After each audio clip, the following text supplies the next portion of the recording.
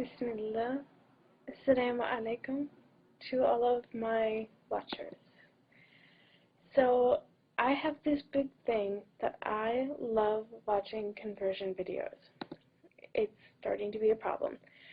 And I love watching them because they help me reaffirm my faith that yes, this is what I believe, this is what I love. So I'd like to share mine today if it's okay. My name is Noor, and I was born and raised in the U.S. to a Jewish mother and a father of indeterminate faith. So when I was 4 years old, they told me, okay, you can go to church with your grandma and grandpa, or you can go to the temple with your brothers and sister. It's your choice. And I very wisely chose to go to the temple. And so, going forward a little bit more, when I was 9 years old, I became extremely ill with a neurological condition. It's really pretty rare, but it's one that causes problems like muscle loss or muscle mass loss and loss of motor function. So walking became really difficult, but one of the worst ones was buttoning buttons. It's just so hard when your hands don't work. So yeah, that was me at 9. And so I received, alhamdulillah, I received IV treatment. I was on IV treatment for 11 and a half years. And then, alhamdulillah, I'm okay now. So, during my struggles with the illness, I had a crisis of faith that just left me shaken. Here I am, 9 years old, freaking out, like, why is God doing this to me? What?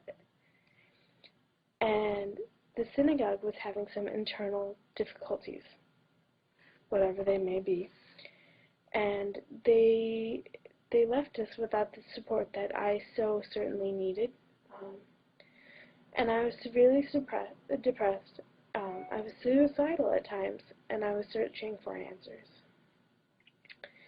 So at 13, I was bat mitzvahed and began helping as a teaching assistant at the university. I was still pursuing other avenues, though, as I felt there had to be more than what Judaism offered.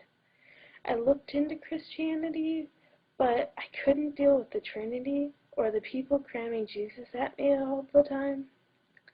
Buddhism, I just wasn't that big of a hippie, and that's what it meant to me at the time.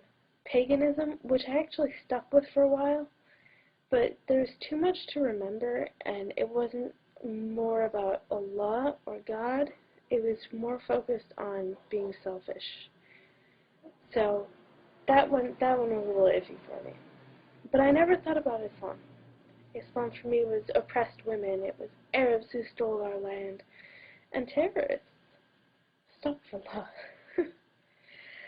Because I was still depressed and I felt very, very, very empty inside, I did what any normal person would do.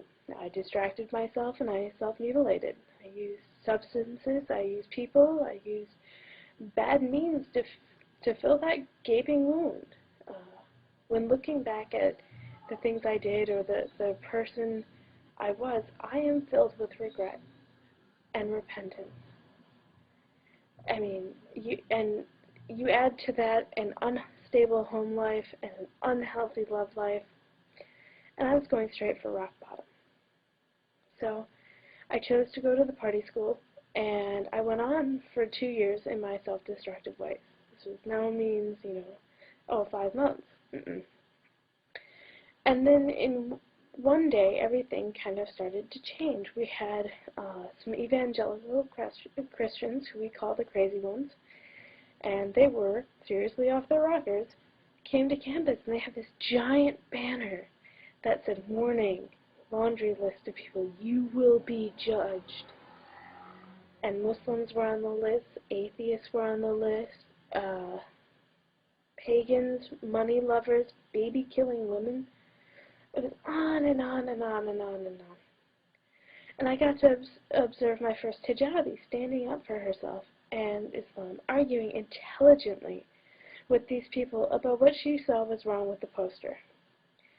And so, I was watching her, and this guy comes up to me, and his name is Khalid. He's a Saudi exchange student. And he had only been in the country for like I think 2 days when I met him. So he's a pretty cool dude. So after everything finished, I went up to the hijabi, said, "Man, you're really brave. I want to applaud you on that." She kind of was like, "Oh, thanks. Okay." And I know her today as a very strong, very proud individual. So time went on, and I met more and more Saudis through the dorms where I was working as a residential assistant, or through Khalid, or through any other number of sources. But every morning at about the same time when the sun was about to start rising, they would excuse themselves for like 10 minutes. They wouldn't even necessarily say, "Hey, I'm going to go pray Fajr." They just said, "I'll be right back." And then 10 minutes later, they'd come back, and they'd be full of light and calm and just peaceful.